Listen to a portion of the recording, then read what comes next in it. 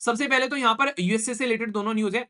पहली न्यूज तो यह है कि अमृतसर के अंदर में फिर से यहाँ पर डिपोर्टी का एक सेट आने वाला है, यानी कि यूनाइटेड स्टेट ऑफ अमेरिका से और कनाडा और मेक्सिको के बॉर्डर के थ्रू फिर यहाँ पर एंट्री करते हुए नजर आते हैं, जिसकी वजह से यहाँ पर फिलहाल के टाइम पर सबसे ज्यादा बवाल देखने को मिलता है। ह्यूमन ट्रैफिकिंग को रोकने का बात करता है ये हमारे देश के अंदर में कि किसी भी इंसान को आप लोग जबरदस्ती बंधुआ मजदूर नहीं बना सकते। आप लोग यहाँ पर किसी इंसान को आज की डेट में वेश्यावृत्ति में नहीं धकेल सकते, यानी कि प्रोस्टिट्यूशन में नहीं धकेल सकते। तो यहाँ पर किसी ने कोई गलती नहीं की, उसने बस गलती ये की है कि अपने घर से निकलकर अपनी जमीन जायदाद बेचकर भाई वो फॉरेन में गया कि वहां पर जाकर कुछ पैसे कमाएगा और अपने परिवार को संभाल पाएगा। वो बच्चा स्टार्ट करता है, उसको कभी भी नोट्स बनाने के पीछे नहीं पड़ना चाहिए। उसको पहले तो 2-3 महीने तक बस चीजों को पढ़ो समझो, क्योंकि स्टार्टिंग में नोट्स बनाने बैठोगे तो दुनिया भर के नोट्स बनाओगे। सबसे पहले तो यहाँ पर यूएसए से रिलेटेड दोनों न्यूज है। पहली न्यूज तो यह है कि अमृतसर के अंदर में फिर से यहाँ पर डिपोर्टी का एक सेट आने वाला है, यानी कि यूनाइटेड स्टेट ऑफ अमेरिका से हमारे देश के लोगों को फिर से डिपोर्ट किया जा रहा है। वापसी डिपोर्ट मतलब हमारे देश के अंदर में वापस भेजा जा रहा है उन लोगों को जो आज की डेट में यूनाइटेड स्टेट ऑफ अमेरिका में इलीगल तरीके से उनके द्वारा एंट्री की गई है, तो उनको वापस भेजा जा रहा है यहाँ पर फिर से। ठीक है, तो ये सारा जो बेसिकली यहाँ पर यूएसए का जो प्लेन है वो 119 के करीब इलीगल इमिग्रेंट जो भारत से गए हुए हैं उनको पंजाब के अंदर में बेसिकली यहाँ पर उतारा जा रहा है और आज यहाँ पर ही आने वाला है, यानी कि सैटरडे के दिन में। तो ये दूसरी बार ऐसा अभी आप लोगों को रिसेंट में देखने को मिल रहा है। तो अभी यहाँ पर देखने वाला मुद्दा यहाँ पर सबसे बड़ा वही होगा, फिर से अगर बोला जाए कि भाई किस तरीके से ट्रीटमेंट हमारे देश के लोगों को दिया जा रहा है, क्योंकि पहली बार जंजीरों में जकड़कर उनको यहाँ पर जिस तरीके से उतारा गया था तो वो बिल्कुल ही एक तरीके से अमान्य ढंग से आप लोगों को देखने को मिला था। लास्ट टाइम जो यहाँ पर हमारे देश के जो बेसिकली लोगों को लाया गया था, पंजाब के अंदर में उतारा गया था, तो उस टाइम पर आप लोगों को मैंने समझाया भी था कि भाई क्या ट्रीटमेंट यहाँ पर दिया जा रहा है, बिल्कुल भी सही नहीं है।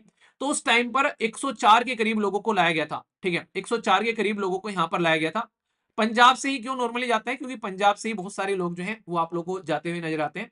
दूसरा अभी जो लेकर आ रहे हैं यहाँ पर, इसके अंदर में 119 भारतीय आप लोगों को देखने को मिलेंगे जिनको यहाँ पर लाकर डिपोर्ट किया जा रहा है। तो 5 फरवरी और दूसरा अभी आज आप लोगों को 15 फरवरी यहाँ पर। ठीक है, वहां से 15 फरवरी से चलेगा, मतलब आज, मतलब कल आज चलेगा और यहाँ पर लग रहा है कि कल तक यहाँ पर आप लोगों को ये यहाँ पर हमारे देश के अंदर में इनको उतारा जाएगा। तो इसके चलते यहाँ पर जो पंजाब के चीफ मिनिस्टर हैं उनका यहाँ पर पिक्चर जो यहाँ पर ये टॉपिक जो दे रखा है यहाँ पर, ये पंजाब के चीफ मिनिस्टर से रिलेटेड दे रखा है कि पंजाब के चीफ मिनिस्टर जो है यहाँ पर इस चीज को लेकर क्रिटिसाइज भी कर रहे थे कि भाई कैसे यहाँ पर हमारे देश के लोगों को किस तरीके से बांध के यहाँ पर लाकर उतारा जा रहा है। ये सही नहीं है यहाँ पर इस तरीके से, क्योंकि पंजाब, हरियाणा, गुजरात के बहुत सारे लोग जो हैं वो यहाँ पर आज के डेट में देखने को मिलते हैं। वो कैसे एंट्री करते हैं यूएसए के अंदर में, तो मैंने आप लोगों को ये भी समझाया था, ये भी छोटा सा पॉइंट आप लोग याद रखिएगा। डायरेक्टली यूएसए के अंदर में एंट्री करना आसान नहीं है, पर लेकिन कनाडा में जाते हैं काफी सारे भारतीय यहाँ पर काम की वजह से या पढ़ाई की वजह से, और मैक्सिको में जाते हैं काफी लार्ज स्केल पर, और कनाडा और मैक्सिको के बॉर्डर के थ्रू फिर यहाँ पर एंट्री करते हुए नजर आते हैं, जिसकी वजह से यहाँ पर फिलहाल के टाइम पर सबसे ज्यादा बवाल देखने को मिलता है। और ये इनके ऊपर में आरोप क्या लगाए जाते हैं, अब ये पॉइंट आप लोग ध्यान से सुनना। यूएसए क्यों कह रहा है कि भाई इनको डिपोर्ट किया जाएगा और क्यों यहाँ पर ये चीजें चल रही हैं, और यहाँ पर भी 2-3 तरीके आप लोगों को और देखने को मिलेंगे। आप लोगों ने कुछ दिनों पहले एक आर्टिकल सुना होगा और वो बहुत बड़ा मुद्दा है इंडिया और रशिया के बीच में, कि हमारे देश के बहुत सारे लोगों को रशिया के अंदर में ले जाया गया ये बोलकर कि तुमको बहुत शानदार जॉब मिलेगी और तुमको बहुत शानदार सैलरी मिलेगी वहां पर, और जो जॉब है तुम्हारी वो है सिक्योरिटी गार्ड की। तो ये बोलकर उनको वहां पर ले जाया गया। तो बहुत सारे भारतीयों को गुमराह कर वहां पर जैसे ही ले जाया गया, फिर पता चला उन भारतीयों को रसिया और यूक्रेन की जो लड़ाई हो रही है उस बॉर्डर पर ले जाकर उनको छोड़ दिया गया लड़ाई लड़ने के लिए। तो यहाँ पर उनकी कई सारी वीडियोस वायरल हुई वहां पर कि वो फंस गए हैं। भारत की सरकार से उन्होंने गुहार लगाई कि भाई हमें बचा लो, यहाँ पर हमारी जिंदगी बर्बाद हो जाएगी। तो कुछ लोगों को निकालने के लिए प्रोजेक्ट भी स्टार्ट किया, रसिया की गवर्नमेंट ने भी यहाँ पर सपोर्ट किया। उसमें भारतीय नहीं थे, बहुत सारी नेपाली भी थे वहां पर, नेपाली तो रो भी दिए थे उस टाइम पर कि हमारी सरकार कुछ नहीं करेगी। इंडियन गवर्नमेंट से गुहार लगा रहे थे कि भाई साहब हमको बचा लो यहाँ से। तो ऐसी कंडीशन देखने को मिली। तो ये जो कभी यहाँ पर किसी इंसान को सेम तरीके से कई बार सऊदी अरेबिया के अंदर में जो आज की डेट में आप लोगों को एक कंट्रीज देखने को मिलेगी, और कई बार सेम तरीके से यहाँ पर कनाडा और मेक्सिको के अंदर भी जॉब का झांसा देके लोगों को ले जाया जाता है। तो ये ह्यूमन ट्रैफिकिंग के अंदर में आता है। ह्यूमन ट्रैफिकिंग मतलब इंसान को गलत तरीके से जबरदस्ती किसी नेटवर्क के द्वारा पकड़कर उसको किसी और जगह पर ले जाना, ले जाकर वहां पर छोड़ देना, उनके पासपोर्ट जो है वो अपने पास में रख लेना ताकि वो वहां से निकल भी ना पाए, और फिर वहां पर उनको जबरदस्ती किसी घर में काम कराया जा रहा है, उनको एक तरीके से बंधुआ मजदूर बना के रख दिया जा रहा है। तो ऐसी कंडीशन कई बार यहाँ पर देखने को मिलती है। तो जो यहाँ पर इलीगल माइग्रेंट्स होते हैं भाई कई बार इतनी डेंजर कंडीशन में फंस जाते हैं कि उनकी जान तक भी जाती हुई यहाँ पर नजर आती है। तो इसीलिए यहाँ पर ये मुद्दा जो है ये ओनली दो देशों के बीच में रिलेशन का नहीं है, ये एक ह्यूमन ट्रैफिकिंग का भी मुद्दा बन जाता है जब लोगों की इच्छा के विपरीत जाकर यहाँ पर ऐसी चीजें आप लोगों को देखने को मिलती है। एक छोटा सा पॉइंट यहाँ पर मैं बताऊं, इसके बारे में अगर आप लोग समझोगे तो इंटरनेशनल लेवल पर भी ह्यूमन ट्रैफिकिंग को रोकने के लिए तो यहाँ पर कई सारे कानून आप लोगों को देखने को मिलते हैं। हमारे देश के अंदर में भी अगर आप लोग जाओगे, जो संविधान के अंदर में जब पार्ट थर्ड में आप लोग जाकर डुबकी लगाओगे तो इसमें आर्टिकल 23 देखने को मिलेगा। आर्टिकल जो 12 से लेकर 35 के बीच में है, उसमें आर्टिकल 23 है, ये ह्यूमन ट्रैफिकिंग को रोकने का बात करता है। ये हमारे देश के अंदर में कि किसी भी इंसान को आप लोग जबरदस्ती बंधुआ मजदूर नहीं बना सकते। आप लोग यहां पर किसी इंसान को आज की डेट में वेश्यावृत्ति में नहीं धकेल सकते, यानी कि प्रोस्टिट्यूशन में नहीं धकेल सकते। तो यहां पर किसी भी इंसान से आप लोग भीख वगैरह नहीं मंगवा सकते, जबरदस्ती यहां पर उससे उसकी इच्छा के विपरीत जाकर कोई काम नहीं करवा सकते। तो अनुच्छेद 23 यहां पर इस चीज के बारे में बात करता है, जो कि बहुत ही इंपॉर्टेंट है ये ह्यूमन ट्रैफिकिंग के बारे में। और मुद्दा आप लोग को समझा दूं, ये ह्यूमन ट्रैफिकिंग वाला मुद्दा ओनली भारत और यहां पर ये यूएसए और इनके बीच में नहीं है। हमारे देश से आप लोगों को देखने को मिलेगा, बांग्लादेश, नेपाल और भूटान में काफी लार्ज स्केल पर बहुत सारी लड़कियां लाई जाती हैं, खासकर बांग्लादेश के अंदर से, जिनको यहाँ पर सेक्सुअली एक तरीके से जो ये नहीं होता है, क्या कहते हैं, बोरथल होते हैं बेसिकली, यहाँ पर उनको प्रोस्टिट्यूशन में, वेश्यावृत्ति में धकेला जाते हैं। तो बहुत सारे रैकेट्स ऐसे आप लोगों को देखने को मिलेंगे जिसकी वजह से समस्या निकल कर आती है। उनकी जबरदस्ती उनके साथ में उनकी बॉडी जो है उनको एक्सप्लॉइट किया जाता है। अभी एक रशियन लड़की थी यहाँ पर, उसको ये बोलकर लाया गया, ये बहुत ज्यादा वायरल हुई थी वीडियो, एक लड़की को ये बोलकर लेकर आया गया कि भाई इस लड़की को जो है किसी पर्टिकुलर पार्टी के अंदर में डांस करना है जाकर वहां पर। तो वो लड़की आ गई यहाँ पर। तो जैसे ही वो लड़की वहां पर पहुंची तो वहां पर पता चला कि पार्टी डांस करने के लिए नहीं थी, उसको फिजिकली असोल्ट वहां पर किया गया, जिसके चलते वो वहां से जैसे तैसे जान बचाकर भागी। फिर उसने रिपोर्ट करा और वो मुद्दा सामने निकल कर आया। तो ये इतनी खतरनाक कहानी है जिसकी कुछ हद नहीं है। तो ये पूरा का पूरा एक नेटवर्क काम करता है, लड़कियों को फंसाते हैं यहाँ पर और फिर यहाँ पर उनको जबरदस्ती इधर उधर ले जाकर डिपोर्ट कर देते हैं और कहानी बड़ी खराब हो जाती है। समझो कि नेक्स्ट टू इम्पॉसिबल हो जाता है वहां से निकलना। जब उनके पासपोर्ट भी उनके पास में नहीं होते हैं तो फिर यहाँ पर यूएसए जैसी सरकार जो होती है फिर उनको इलीगल समझ के, क्योंकि उनके पास में डॉक्यूमेंट नहीं है, फिर यहाँ पर उनके साथ में गलत होता हुआ भी नजर आता है। तो इस तरीके का ये वाला एंगल भी आप लोग यहाँ पर समझ सकते हैं। तो इसकी वजह से दो देशों के रिलेशन तक खराब होते हुए नजर आते हैं। यूएसए कहता है जिसको आना आई हमारे देश के अंदर में, जो बायलेटरल रिलेशन है उसके हिसाब से आइए, स्किल्ड लेबर फोर्स आइए, पर लेकिन ऐसे कोई आएगा तो फिर हम उसको सही तरीके से ट्रीट नहीं करेंगे। तो सबसे बड़ा मुद्दा क्या है, अगर आप लोगों को यहां पर जाने से लोगों को रोकना है तो पॉइंट नंबर 1 तो ये याद रखिए कि आखिर हमारे देश के लोग इतने मजबूर कैसे हो जाते हैं कि बाहर जाकर उनको काम ढूंढना पड़ रहा है। तो इंप्लॉयमेंट की सिचुएशन पोजीशन हमारे देश के अंदर में ही होनी चाहिए, पॉइंट नंबर 1। पॉइंट नंबर 2, यहाँ पर ह्यूमन ट्रैफिकिंग की आप लोगों को यहाँ पर रोकना पड़ेगा, जिसकी वजह से सबसे ज्यादा बर्बादी होती है कि इंसानों को जबरदस्ती झूठा भूल बहला फुसलाकर भारत से बाहर ले जाए जाते हैं और फिर उनके साथ में बहुत ही गलत चीजें यहाँ पर देखने को मिलती हैं।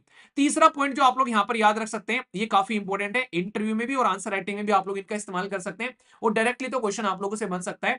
यूएसए के अंदर में आप लोग अगर बात करें तो बायलेटरल रिलेशन ऐसे होने चाहिए हमारे और यूएसए के आज की डेट में, ताकि यहां पर अगर कोई इमिग्रेंट चला भी गया है तो भाई उसको यहां पर वापस लाया जा सके सिस्टमेटिक वे में, कोई इनह्यूमन प्रैक्टिस न देखने को मिले जैसी यूएसए के द्वारा अभी की गई। ये बिल्कुल घटिया प्रैक्टिस थी, ये ऐसी प्रैक्टिस से बचने की कोशिश यहां पर करनी है, ये बहुत ज्यादा जरूरी यहां पर देखने को मिलेगा। तो जिस तरीके से यूएसए डिपोर्ट कर रहा है हमारे देश के लोगों को, ये सही तरीका नहीं है, ये इनह्यूमन तरीके से हाथों में जंजीर और पैरों में बेड़ियां डालकर लाई जा रही है।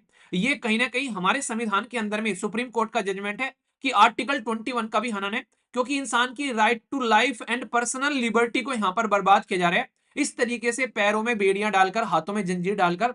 जिसने कोई गलती नहीं की, उसने बस गलती ये की है कि अपने घर से निकलकर, अपनी जमीन जायदाद बेचकर भाई वो फॉरेन में गया कि वहां पर जाकर कुछ पैसे कमाएगा और अपने परिवार को संभाल पाएगा वो इंसान। तो पर लेकिन ऐसा देखने को मिला नहीं, वहां पर उसके साथ में गड़बड़ होगी। इसलिए पंजाब सरकार ने भी यहां पर गुहार लगाई है अभी भारत सरकार से भी और यहां पर बैंक से भी कि भाई जो लोग, कई तो ऐसे हैं जो लोन ले लेकर वहां पर जा रहे हैं और भाई उनकी सारी जमीन जायदाद प्रॉपर्टी सब बेच चुके हैं विदेश में जाने के लिए, उनके पास में कुछ नहीं है, तो एटलीस्ट उनके लोन जो है उनसे उनको रिलीफ दिया जाए।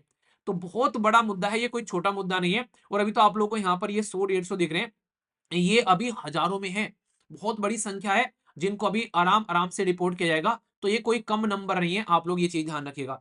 तो मुद्दा बहुत बड़ा है जो आप लोग समझ सकते हैं और आगे क्वेश्चन भी बन सकता है, तो इसके बारे में आप लोग थोड़ा सा ध्यान रखिएगा। अलग इंडिविजुअल पूरा टॉपिक है यहाँ पर, इसमें आप लोग एथिकल एंगल भी देख सकते हो, तो एथिक्स के अंदर भी यहाँ पर कि इंसानों के साथ में इनह्यूमन प्रैक्टिस की जा रही है। इंटरनेशनल रिलेशन का पॉइंट भी आप लोग देख सकते हो यहाँ पर, उसमें भी एक दो देशों के रिलेशन कैसे हैं इस चीज को डील करने के लिए। तीसरा यहाँ पर जो सबसे इंपॉर्टेंट मुद्दा है वो है यहाँ पर जो फंडामेंटल राइट और ह्यूमन राइट वाला मुद्दा भी आप लोग समझ सकते हैं यहाँ पर, क्योंकि कई सारे देशों ने मना कर दिया इस तरीके से अपने लोगों को लेने के लिए कि पैरों में जंजीर डालकर और मिलिट्री एयरक्राफ्ट से तुम यहां पर लाकर इनको उतार रहे हो। तो कई सारे लोगों ने सुध लेने से मना कर दिया कि इनको नॉर्मल सिविलियन एयरक्राफ्ट से भेजो, ये कोई तरीका नहीं है, तुम ऐसी हरकतें यहां पर कर रहे हो। तो ये एक बहुत बड़ी कंट्रोवर्सी इतनी हो गई कि पार्लियामेंट के अंदर भी इस कंट्रोवर्सी को यहां पर उठाया गया, जिसकी वजह से ये और ज्यादा आज की डेट में वायरल होती नजर आई। और हमारे देश के एक्सटर्नल अफेयर मिनिस्टर जयशंकर साहब के द्वारा भी इस बात को बोला गया कि कोई पहली बार ऐसा नहीं हो रहा है कि यहाँ पर इस तरीके से डिपोर्ट किया जा रहा है हमारे लोगों को। पहले भी यहाँ पर ऐसा होता है कई बार, आप लोग 2008 में और बहुत सारे उदाहरण उन्होंने दिए। वो प्रोसीजर है वो ये फॉलो करते हैं, पर हाँ हम उनसे बात करेंगे कि इस प्रोसीजर को इंप्रूव किया जाए, कि ह्यूमन प्रैक्टिस फॉलो की जाए, हमारे देश के लोगों के साथ में इन ह्यूमन प्रैक्टिस फॉलो न की जाए। तो ये एक मुद्दा आप लोग यहाँ पर ध्यान रखिएगा, ठीक है। हाँ अभी हजारों लोग हैं, अभी अभी तो जस्ट ये आप लोगों को देखने को मिलेगा। मुझे लगता है कि हर महीने कुछ ना कुछ आप लोगों को इसके बारे में न्यूज आती हुई नजर आएगी। तो टॉपिक को देखो, टॉपिक को एक बार बैठो और टॉपिक को तैयार कर लो, उसके बाद में कुछ भी थोड़ा बहुत आता रहे तो अपडेट कर लो। कई सारे बच्चे रेगुलरली पूछते हैं कि सर करंट अफेयर के नोट्स कैसे बनाएं। करंट अफेयर के नोट्स जो हैं वो आप लोग टॉपिक वाइज बनाओगे तो हमेशा खुश रहोगे और बर्डन कम होगा। स्टार्टिंग में आप लोगों को देखो 3-4 महीने तो मतलब मैं लगा के चलो तो मैक्सिमम जो बर्डन आप लोगों को झेलना है वो 3 से 4 महीने झेलना है। 3-4 महीने में आप लोगों के पास में इतने टॉपिक हो जाएंगे कि फिर वो टॉपिक जो है वो रिपीट होते हुए नजर आते हैं, उनके अंदर में कुछ अपडेट हुआ तो फिर ऐड कर लिया। जैसे एमजी नरेगा का टॉपिक है, कितनी बार आ गया, अभी ये भी अभी 2 बार तो अभी मैंने डिस्कस कर लिया थोड़ी देर पहले, कुछ दिनों पहले अभी आप लोगों से डिस्कस किया था। सेम आप लोगों को दुनिया भर के टॉपिक हैं, जैसे वन नेशन वन इलेक्शन हो गया, कोई कहीं समिट होती है रेगुलरली, G20 की समिट हो गई, ठीक है। हमारे देश के अंदर में कोई पर्टिकुलर इस तरीके की कोई मीटिंग होती है, कोई भी चीजें होती है तो वो 6 महीने के बाद में रिपीट होना स्टार्ट हो जाती है। तो अगर आप लोगों ने एक बार को नोट्स तैयार कर लिए A4 साइज की सीट के ऊपर में, तो वो टॉपिक रिपीट होंगे, उसके ऊपर में कुछ अपडेट्स होगा। जैसे दिन के आप लोगों के पास में, जैसे मान लीजिए कोई पर्टिकुलर सबमिट हुई, अब सबमिट के बाद में कोई दूसरी बार फिर सबमिट हुई तो उसके अंदर में कोई नए पॉइंट आए तो उनको ऐड कर लिया। जैसे एमजी नरेगा का पूरा नोट्स आप लोगों के पास में आ गया, फिर कोई गवर्नमेंट का डेवलपमेंट हुआ उसमें थोड़ी सी एक लाइन ऐड कर ली। तो आप लोगों का काम जो है, स्टार्टिंग में जिंदगी में सारी चीजें टफ होती हैं जब आप लोग चीजों को स्टार्ट करते हो, पर एक बार अगर पैटर्न आप लोग पकड़ लेते हो कि अच्छा बस इतना सही तो काम है, फिर आप लोगों को मजा आने लगता है, उन चीजों को एंजॉय करने लगते हो, क्योंकि आप लोगों को तरीका मिल जाता है उनके साथ में डील करने का। तो सबसे पहले तो जब स्टार्टिंग में कोई बच्चा स्टार्ट करता है, उसको कभी भी नोट्स बनाने के पीछे नहीं पड़ना चाहिए। उसको पहले तो 2-3 महीने तक बस चीजों को पढ़ो, समझो, क्योंकि स्टार्टिंग में नोट्स बनाने बैठोगे तो दुनिया भर के नोट्स बनाओगे। तो एटलीस्ट 4 से 5 महीने तो मुझे ऐसा लगता है कि आप लोग को वैसे ही सुनती रहनी चाहिए, न्यूज़पेपर का डिस्कशन, या फिर अपना आराम से पढ़ते रहना चाहिए। नोट्स बनाने के बारे में मत सोचो, अपना सिलेबस देखो कि क्या-क्या चीजें एग्जाम के लिए इंपॉर्टेंट है। पुरानी क्वेश्चन पेपर देखो कि कौन-कौन से क्वेश्चन इस तरीके से पूछे आते हैं। फिर आप लोगों को नोट्स बनाने में हेल्प मिलेगी, क्योंकि आप लोगों को पता होगा कि किस डायरेक्शन में आप लोगों को नोट्स बनाने हैं। तो ये मत करो कि आते ही नोट्स बनाने कूद गए, आते ही आंसर राइटिंग करने कूद गए। अभी एनसीईआरटी कंप्लीट नहीं करी, आंसर राइटिंग करने बैठ गए। एटलीस्ट एनसीईआरटी तो पढ़ो ना, अपनी कंप्लीट करो, ताकि आप लोगों के पास में बेसिक फाउंडेशन हो जाए। एनसीईआरटी नहीं पढ़ी तो एटलीस्ट उन टॉपिक को अंडरस्टैंड करने की कोशिश करो कि उनकी बैकग्राउंड इन्फॉर्मेशन क्या है। ऐसे कैसे अच्छा आंसर आप लोग लिखोगे। तो यहाँ पर एटलीस्ट 2-3 महीने दो पहले अपनी पढ़ाई को, उसके बाद में आंसर राइटिंग आप लोग स्टार्ट करो, तब जाकर चीजों को आप लोग अच्छे से संभाल पाओगे, ठीक है। तो ये समझ सकते हो। सस्टेनेबल डेवलपमेंट गोल की बात ले लो आप लोग, ये सारी चीजें एक ही तरीके से आप लोग समझ सकते हैं, ठीक है। रिमिटेंस, हाँ ये अच्छा पॉइंट है, देखो आप लोग अच्छा समझ सकते हैं। यहाँ पर सुष्मिता ने अच्छा पॉइंट बताया। यहाँ पर रिमिटेंस वाला भी मुद्दा आप लोग समझ सकते हैं। जैसे आज की डेट में हमारे देश से जो बाहर जा रहे हैं लोग, खासकर वो रेमिटेंस भी देश के अंदर में बहुत ज्यादा भेजते हैं, ठीक है। तो यहाँ पर कहीं ना कहीं ये एक तरीके से इकोनॉमिक एंगल भी आप लोग यहाँ पर अब इसमें ऐड कर सकते हो। रेमिटेंस मतलब हमारे देश से जब कोई इंसान बाहर जाता है, तो बाहर जाने के बाद में वो वहां पर कमाता है, और कमाने के बाद में देश में रेमिटेंस भेजता है। दुनिया में सबसे ज्यादा रेमिटेंस रिसीव करने वाला देश जो है वो भारत है। तो ये मुद्दा आप लोग ऐसे भी समझ सकते हो, ये अच्छा एंगल है ये। थैंक्स, थैंक्स डियर, ये अच्छा एंगल है। आप लोग जब लिखने के लिए आए तो यहाँ पर रेमिटेंस वाला मुद्दा भी आप लोग यहाँ पर ले सकते हो इसके अंदर में, ठीक है। तो ये भी एक इंटरेस्टिंग पॉइंट हो जाता है, ठीक है। तो ये पॉइंट है, मैं आशा करता हूँ कि आप लोग इसको समझोगे, ओके।